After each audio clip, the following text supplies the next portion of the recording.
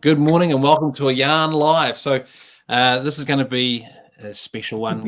Everyone's a special one, but this is, you'll notice, a different looking frame because we've got two guests in the same frame, and we'll get into that in a moment. First of all, just want to introduce the session, which is about menopause, and it follows on from our first session for menopause on World Menopause Day with JKP, Jeanette, who runs PowerPause and went through her own experience.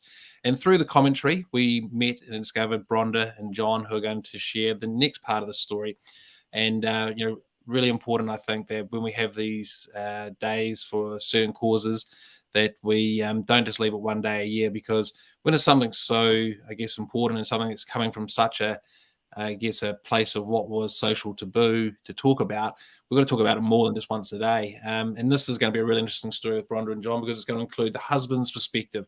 So if you think back to the dark old ages where all this sort of stuff wasn't talked about, we're now going to have a husband join us into the conversation and share the experiences for the benefit of all husbands, and of course probably all people out there. So first of all, if we could ask you, Bronda and John, to introduce yourself, so that for AFQY styles, we always like to get a bit of a picture of who the person is before we get down to the business.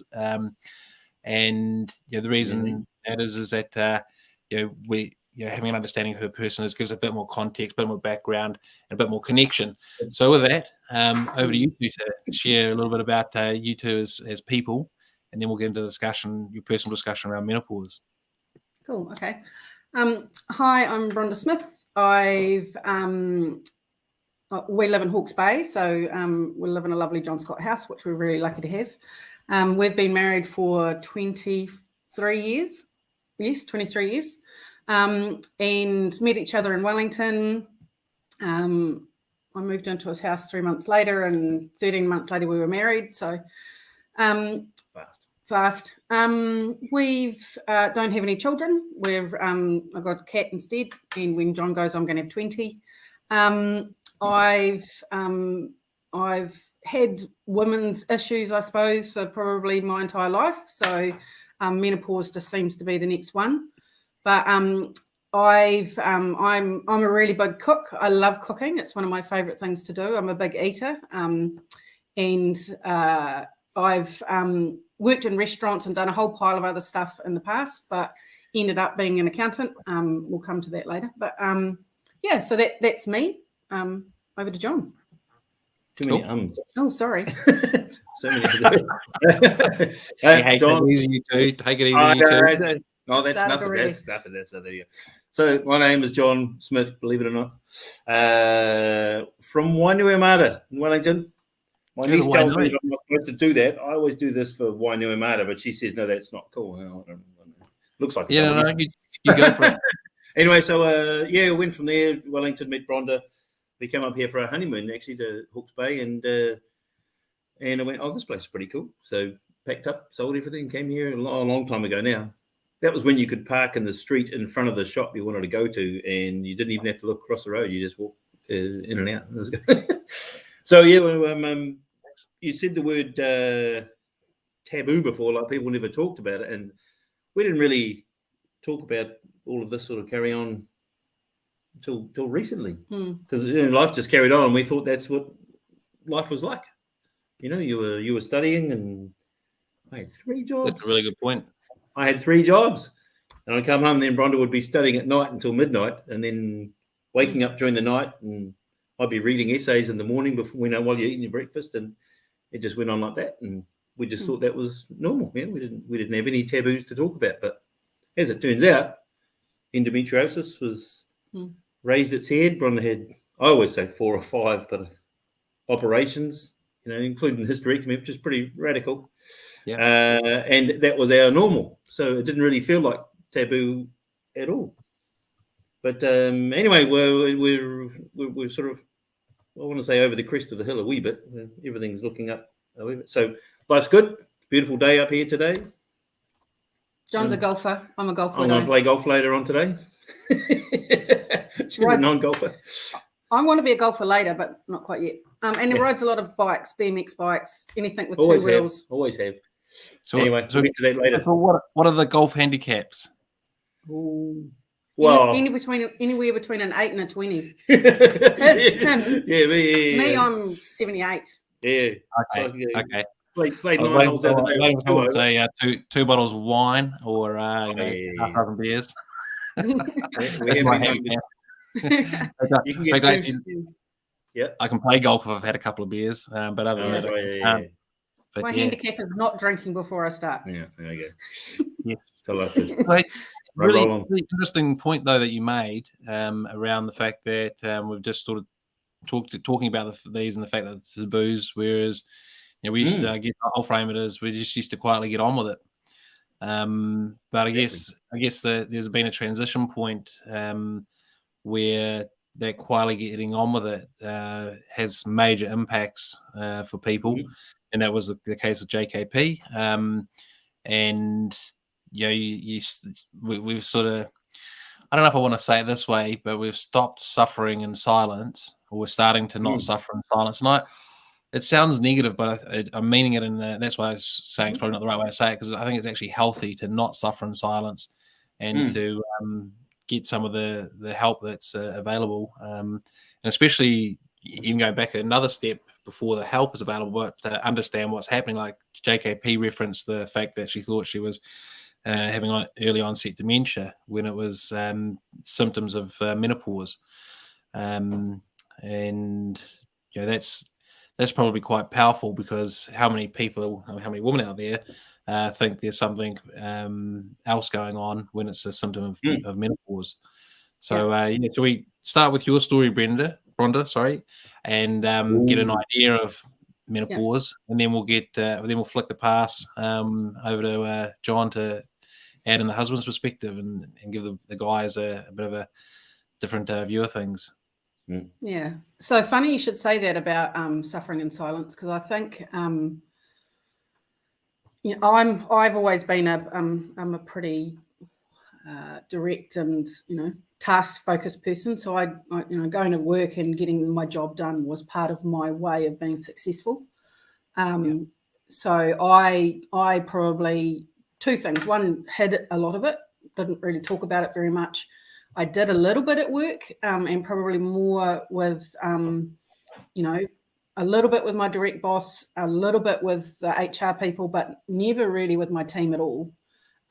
So I, and then the other thing is there was a lot of stuff that I didn't actually even realize, which was part of my menopause journey. So I've probably been perimenopausal for at least 5 years. I don't really know, because I had a hysterectomy when I was 40. And so the period aspect of that became something that I didn't know what was going on and what wasn't. I had one ovary left, so I didn't go into automatic menopause or, surgery-based menopause. So I was lucky from that point of view, because I do know people that have been in that space. But it was a gradual onset. And it was little bits and pieces. So I finally went to the doctor in May 2019 and said, oh, look, I've started, I can't sleep at night, I'm hot flushing, all of these sorts of things. She goes, printed off a list of menopause symptoms and said, which was only about 10 long. And we know that there's more like 38, but it was only about 10 or 12 long. And I looked at it and said, yeah, I've got all of those bar one. And she said, well, you're probably in perimenopause, and let's put you on some patches. And I started off on small patches and got to the biggest patch within probably about 6 months. And then that wasn't even touching the sides. And for me, the biggest problem, well, actually, I'll come back to what my biggest issues were. But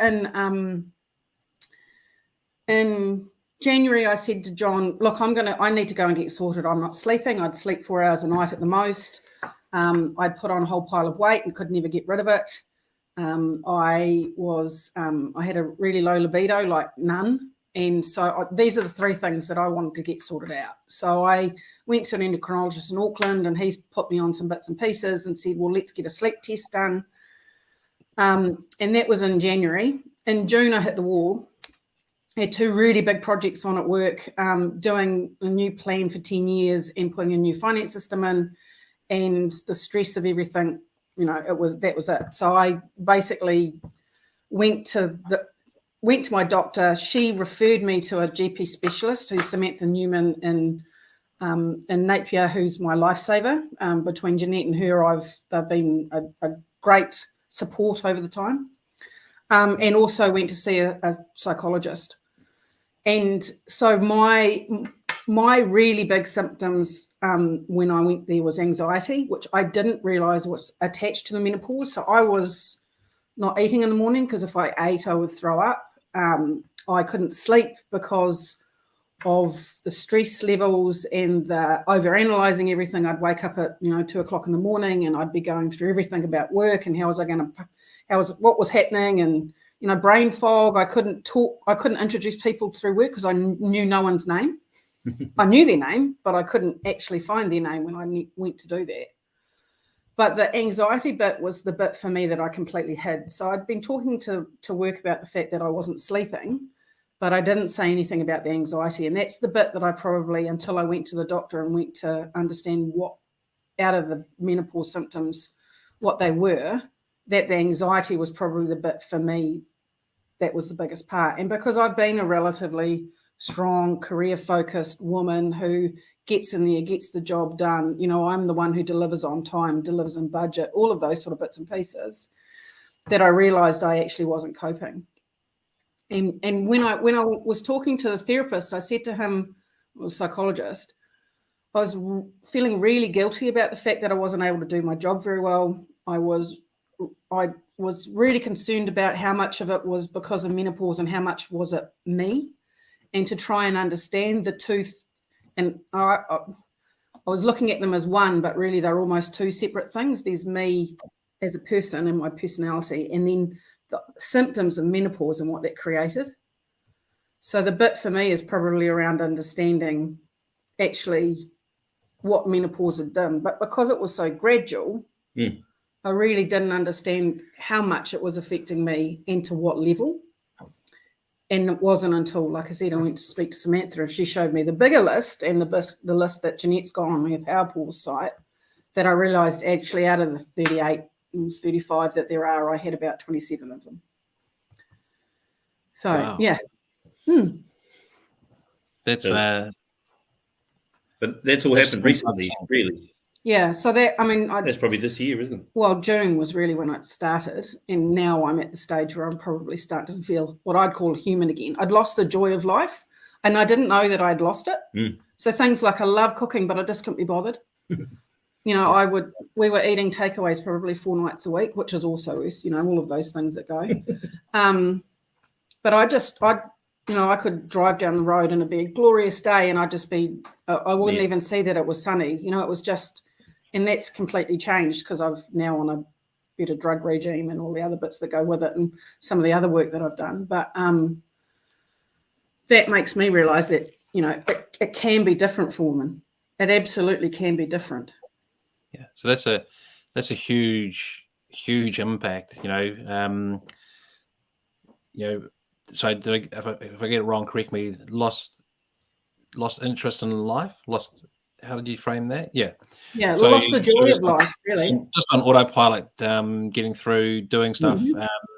Lost which is probably most people. It's probably most people. So I sort of talked about it where my emotional ability had shrunk so much that the only thing that I could do was actually just get through the day. And I had a fuse of about a nanosecond.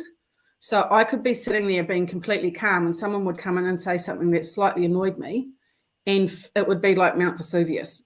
Stuff would be coming out of my mouth before I could actually stop it and even realise I was saying it. So the irritation and the anger factor for me was really bad. And it almost split us up. We were on the road to being divorced in May. Well, so that's great you're both sitting here today and got through it. And this is one of the important lessons for all couples out there, because it would be, very sad that something, that people may not even realise is the cause, which is menopause, is the reason. Not that there's actually real problems as in between the people. It's being driven by the menopause. So, I feel quite. yeah, I know, feel quite emotional and pleased to see you both here sitting having this chat with me today. And it's I bigger bet than you you think. people out there who exact same boat and don't know and are now going to find out that, hey, we just need to go and talk to our doctor and work through what's happening to discover, what's actually behind it. So thank you very much on behalf of everybody. And I don't know, I haven't asked my mother if I'm allowed to say this, but she did contemplate, what would life be without her? And what's just for me, I only found that out because of menopause. I only found that out in the last couple of months from talking to her. Oh wow. Yeah, and there'd been someone in the family who, and admittedly this was a long time ago, but had committed to Porura mental institution because she just couldn't cope with it. So the impact on women's lives for that period of time, if they're not supported and can't find the right care, can be really devastating. I think what Jeanette's talks about is the highest reason for suicide for women in their 45 to 54 age bracket. Yeah.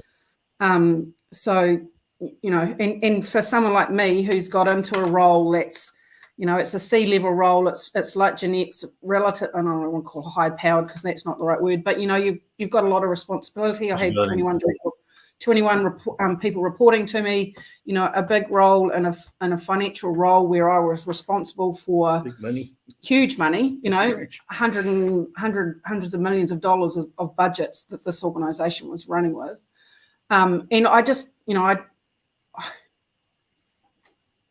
the bit for me was how debilitating it became and not really understanding that's what it was and not being able to understand what I needed to do to find answers until it was too late. I'm not working at the moment. I'm trying to go out. I'm about to get out and be a CFO on the go or whatever you want to call it, but so that I can get a little bit of normality back into my life. And become, not work full time. I had said to John at the beginning of the year, really in a couple of years' time, I don't want to be working full time. It's just turned out to be quicker than I expected. So, really actually, in that. Just before you go on, Bronda missed out a bit there with, searching for help at work, and there was basically nothing. Yeah. They didn't either know how to deal with it or have the information to know that, hang on, that might be that thing I read about. It could be, mental health or menopause or whatever, but the workplace didn't cope very well either. That's all I'm allowed to say. Yeah, no, and that's with no offense to anyone, but it's a really important thing for everybody to understand. Being from an employee perspective to the organisation's perspective, and I think it probably falls on the shoulders of managers and HR people and culture people, but it's a big thing they need to learn. So coming back to the fact that the gender tick now includes menopause training, it's super excited about that. And I just wanted to add, you commented about I'm so grateful you did comment about your mother's experience because. I think generationally, people might be thinking, in this day and age, everyone's woke and there's a bloody problem for everything and rah. It's like, well, actually, no.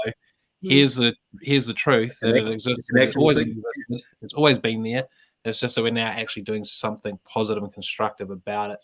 So I think it highlights a really powerful fact for people to, gain some comfort and, confidence in what we're doing and why we're having these conversations. So yes. And what was the other thing I was going to think? Oh, you mentioned that you were doing 2 major projects. Now I'll share back to you that I experienced. So I've suffered from anxiety and depression and been through counselling for it. And earlier this year, I thought it was coming back and was like, I know how to deal with this. I've got my tools and I'll do my things.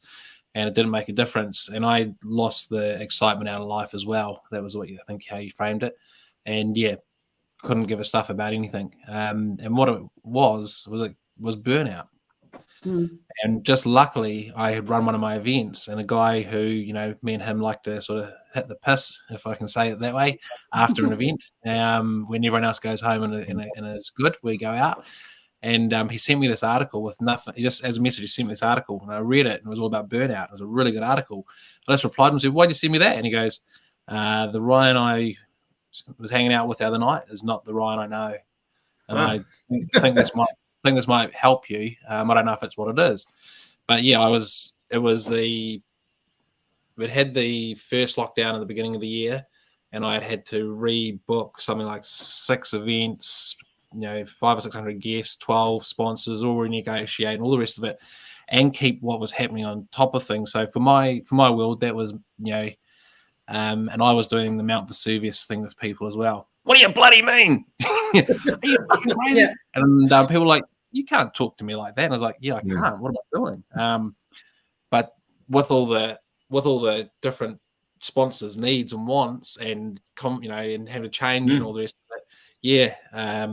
So I just thought to share back in case if you haven't talked or looked into it, that perhaps burnout was potentially part of it as well. And man, is that hard to talk about, because you think I'm more capable than that.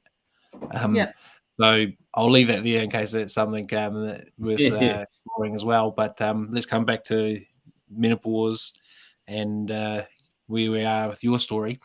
So I think, John, you just added in about the work. Yep, you just added in about work, and you were talking about. Yeah, I haven't read it, but when you get a job description, it probably has quite lovely, anti-woke things in their policies about treating staff and dealing with this and that, and then in practice, not so good. So there's some just something that popped up and we thought, oh, that doesn't seem right. Anyway, that wasn't what I was going to talk about. So I've got these notes here. I'm good at wandering off track, so you just keep me alone, all right? No problem at all.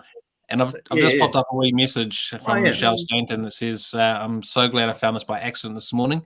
A discussion I needed to hear, as I've recently realised that perhaps it's not just the trials of moving countries that has my anxiety levels through the roof." Absolutely through the roof. Yeah. Very good. And the extra bit. So and thank you for sharing, Michelle, because it encourages other people to do the same. And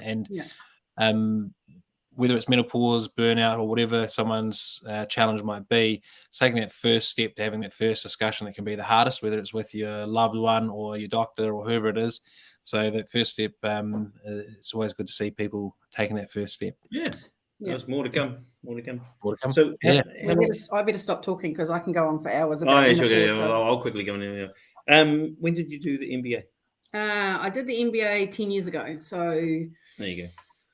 However long ago that was. So I would have had my hysterectomy in December of when I finished my MBA, and I finished the MBA in July. There you go. So maybe 12 years ago, we lived in a different house, and that's probably when we started to notice Rhonda's symptoms a bit more, but we didn't know what they were. And I'm pretty sure it was it's so hot in here at night, and the duvet's coming off. And then I'd fall asleep, and I'd turn over, and I can hear page. That was in the paper book era. There's a book there, and Rhonda would fall asleep, and the book would hit me in the side of the head, and then I go, oh, and I wake up, and she was awake, and then we'd both fall asleep again, and then she'd do it again, and then again, and in the morning I'd be reading her assignments, and at night she'd be, I can't sleep anyway, I must well stay up, and that became a new normal. I'd be running out of sleep, she'd be running out of sleep.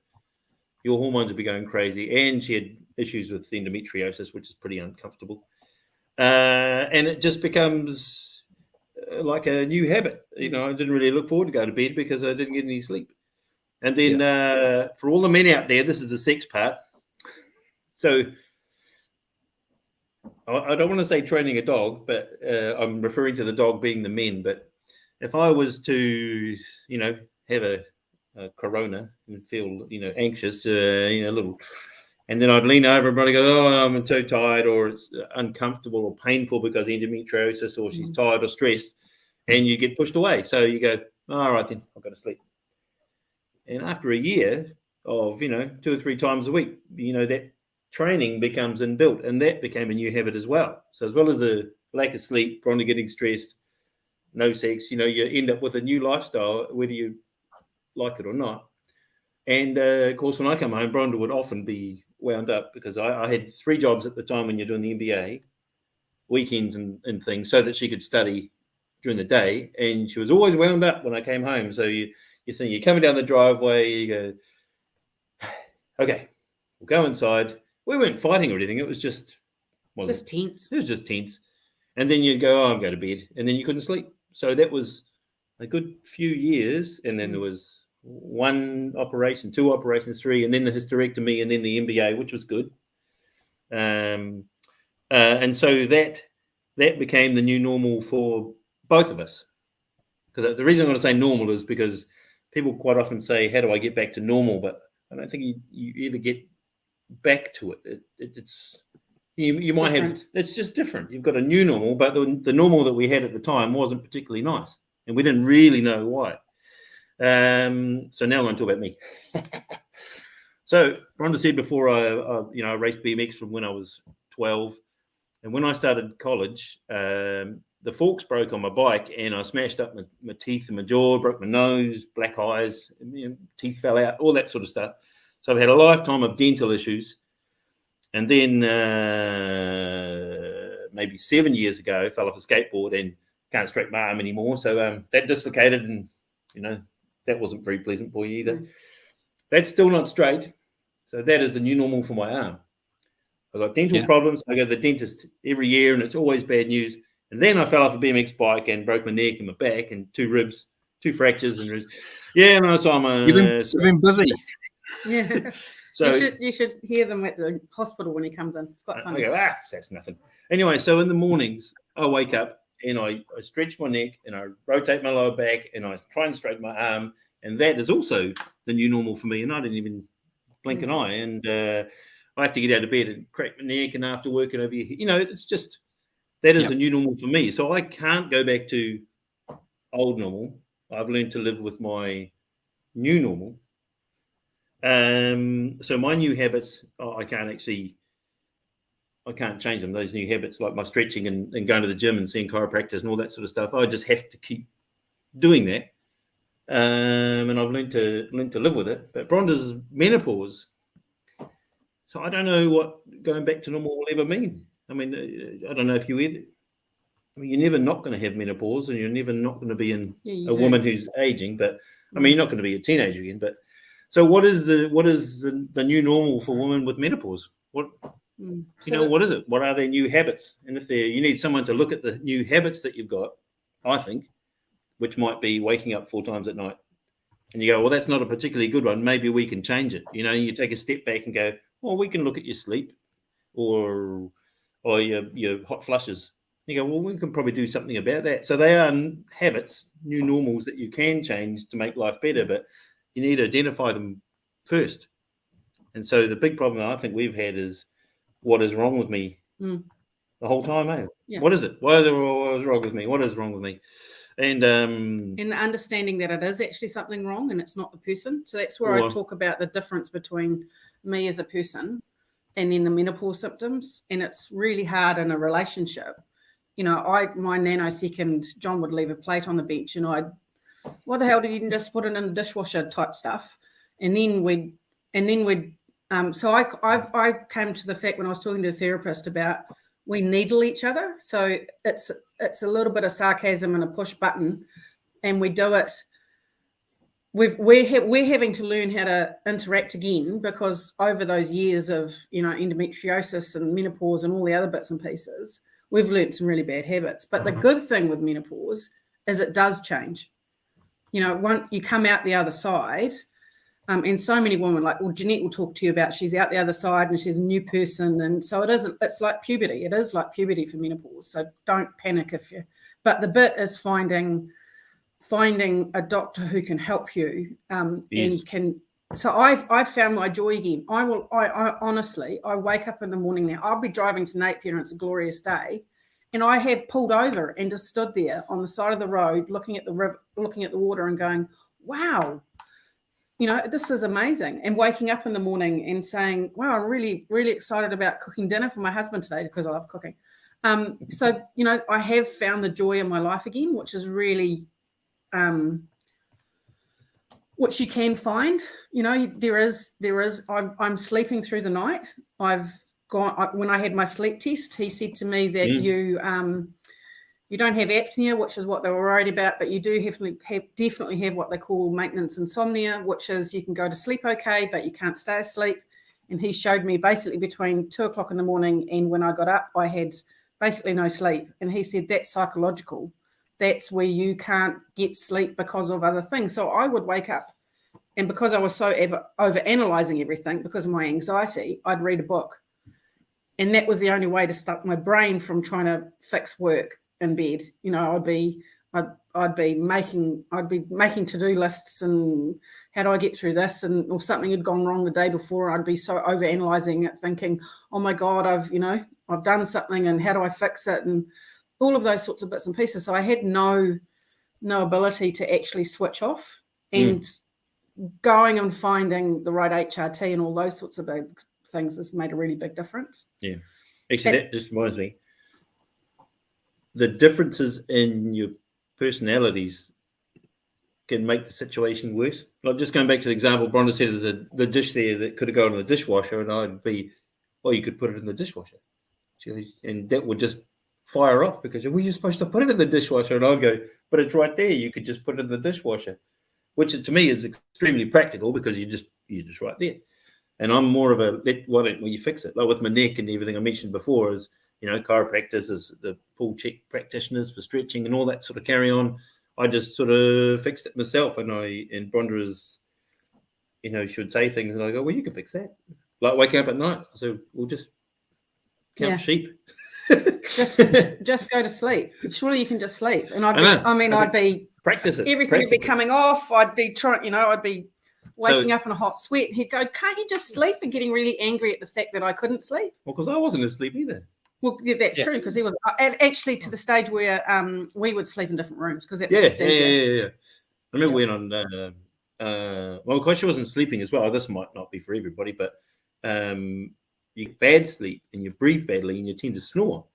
So Bronda had a bout of snoring there too. Well, you know, probably all related or partially related. But when you can't sleep and there's a bit of snore, a hint: don't tape it and play it back to your wife in the morning, because that does not go down well. I might have done that. That's a don't. That's a don't do. See, I said we had some don't do's.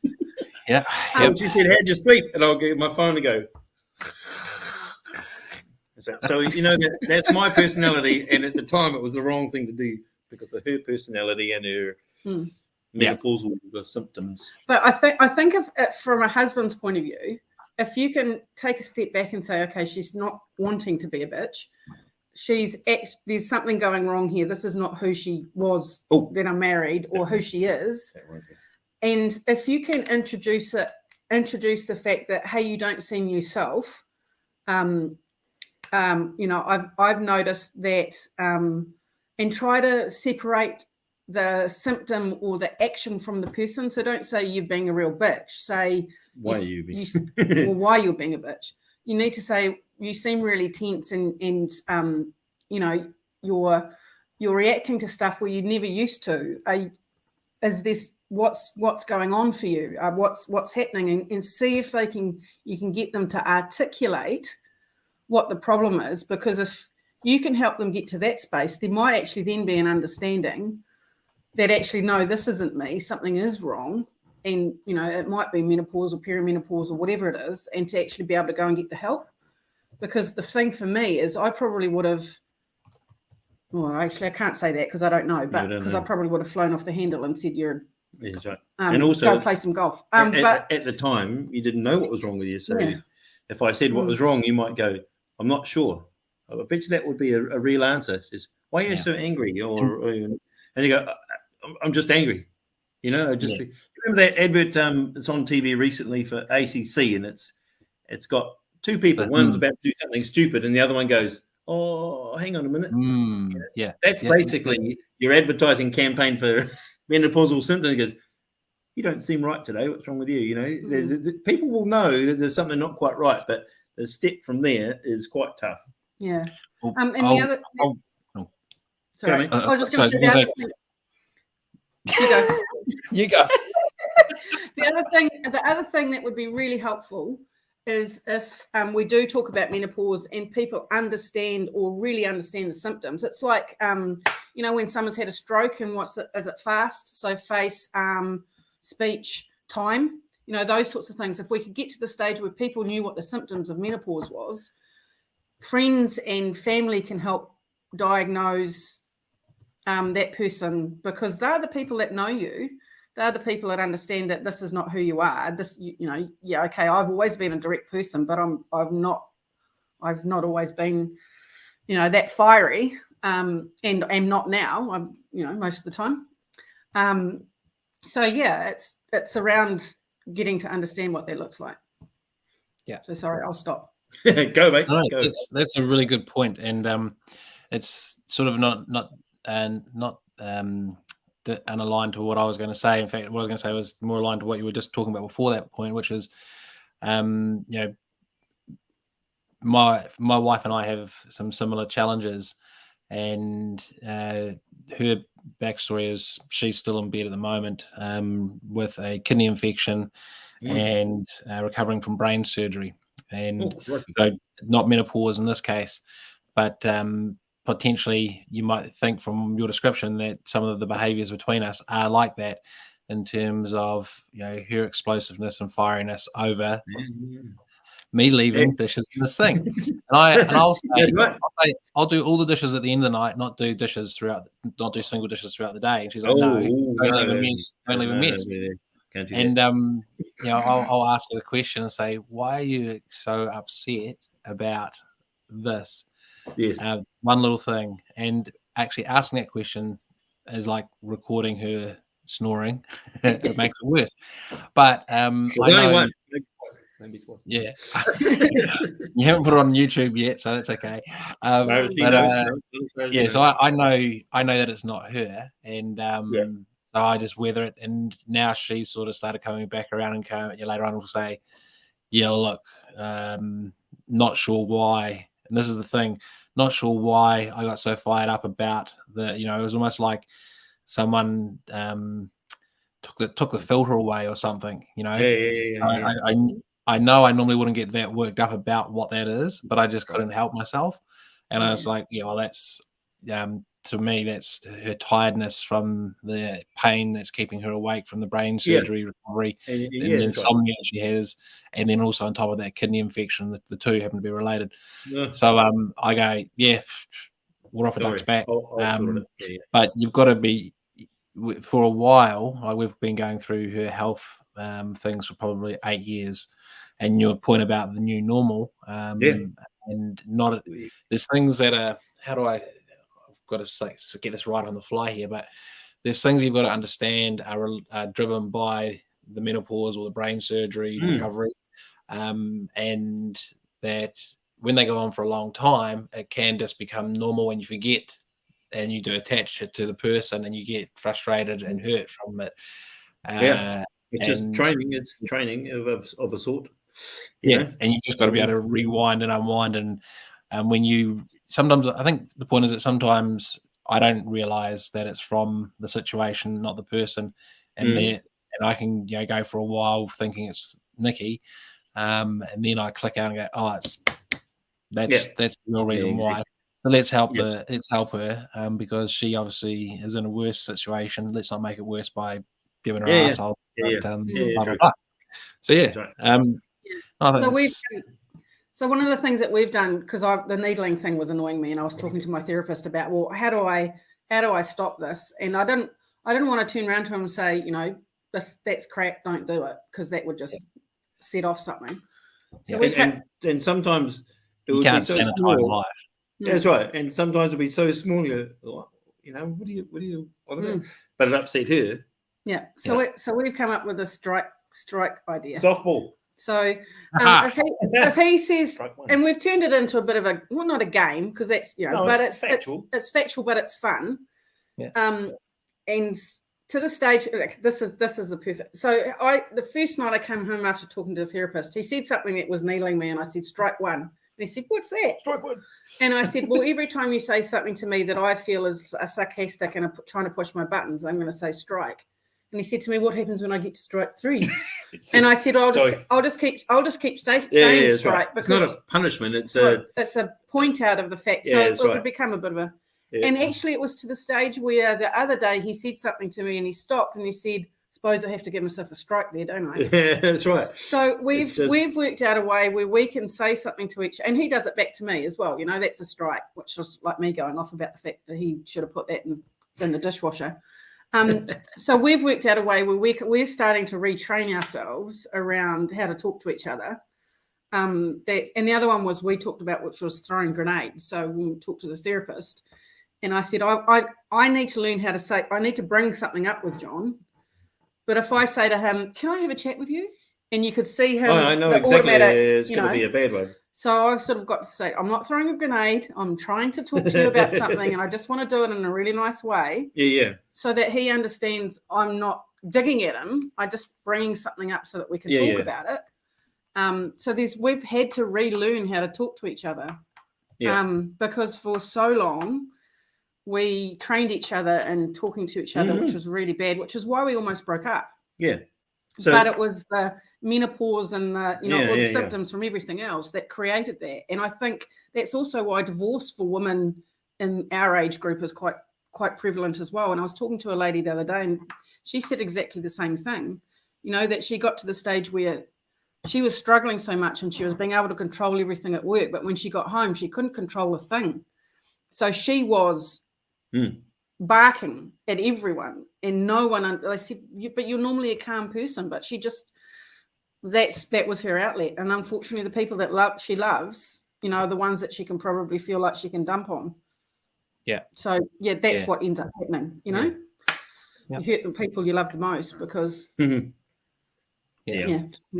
Well, that's a really good observation. Like the observation, insights, lessons. Yeah, I was just going to say because people that will be watching this might need to get back to work later. We might think about wrapping the session up today, but I'm just wondering whether we actually need to do a session 2 to carry on and keep getting these insights out for people, because I know that I've been sitting here going, that's really good, and then not only applicable for people that for women that are going through menopause, but I guess like for me, brain surgery and kidney infection in the background. Some good lessons there. So how do we think about parting thoughts for today?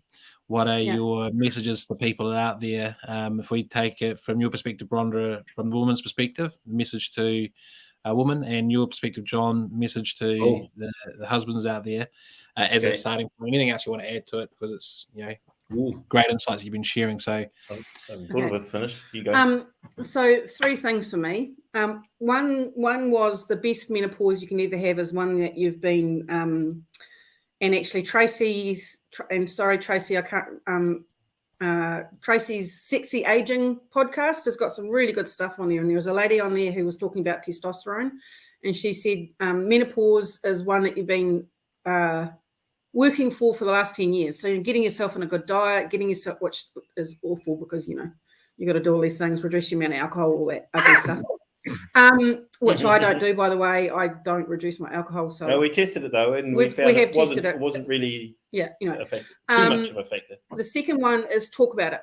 Talk about it with everyone. I will not shut up about menopause now. I will talk to anyone, with anyone, on any platform, because I think for a lot of women, especially in my age group, I've spent a long time getting to where I was in my job.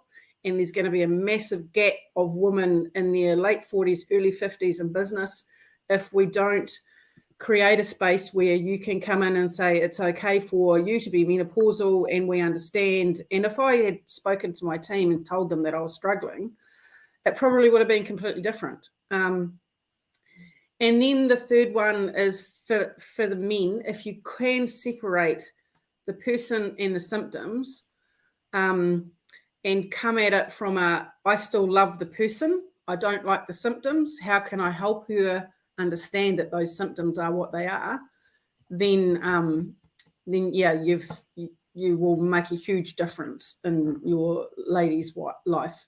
Or, you know, if you're two ladies, then same thing. Yeah.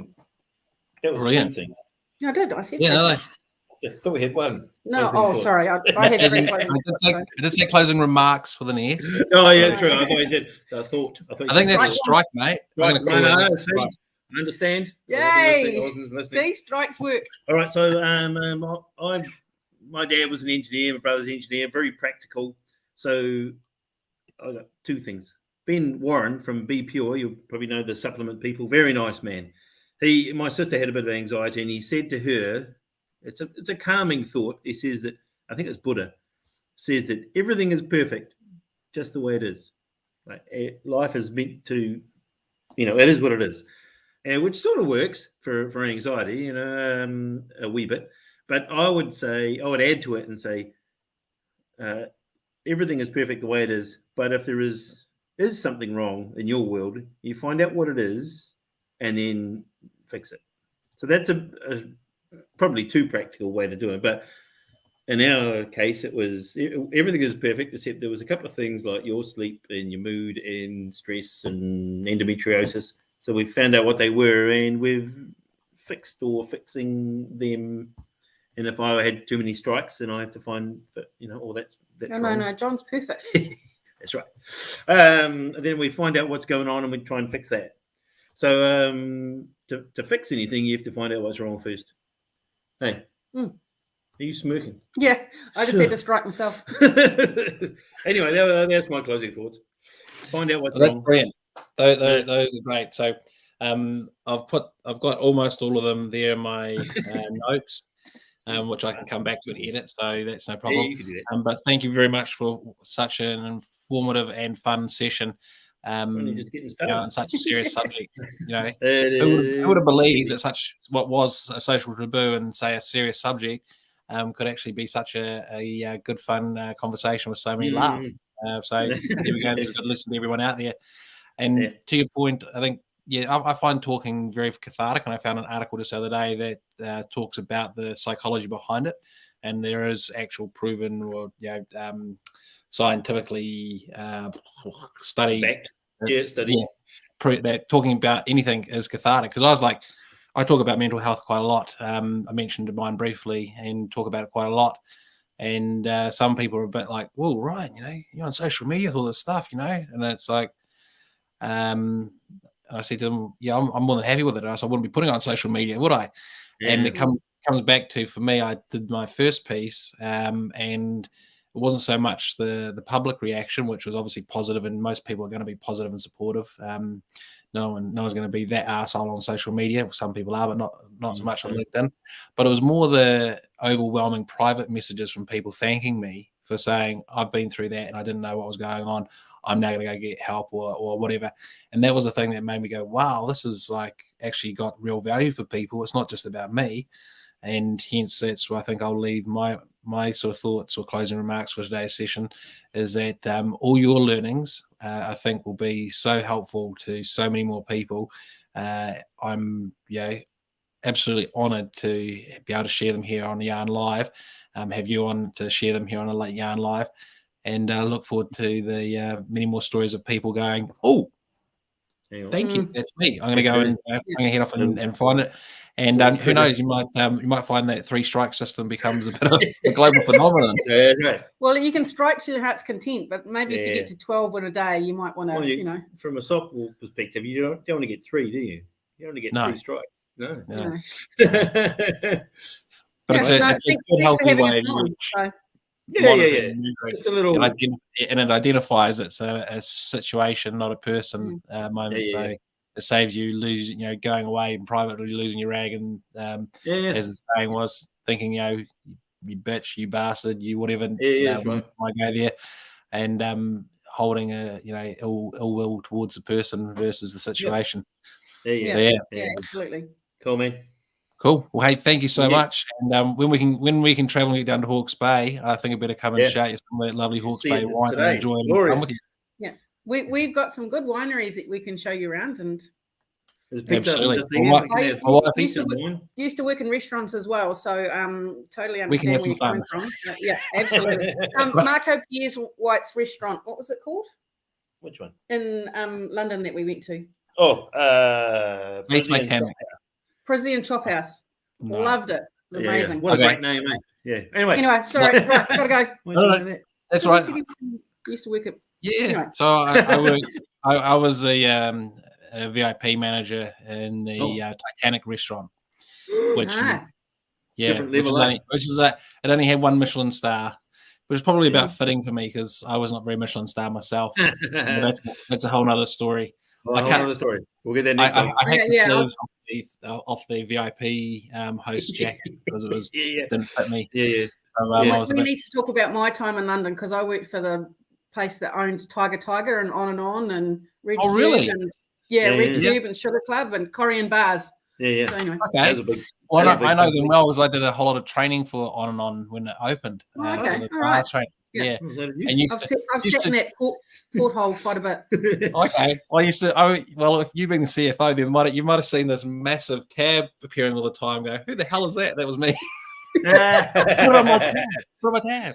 I'll just bring in some guests. Put it on my tab. Bartenders that I trained would be like, oh yeah, okay, no problem. And no one ever stopped to question it, although I never actually had the authority to do that. But everyone just let it roll.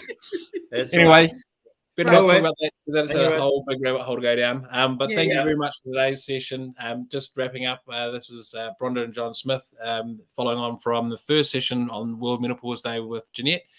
This is, I guess, the husband's perspective, but it actually will become the couple's perspective, and some great learnings and insights and lessons, and the 3-strike system for helping each other manage each other, understanding it's a situation, not the person, so that you can keep what is a great relationship going through these trying times and come out the other side all the better for it, which it looks like you're doing. So great stuff. Congratulations.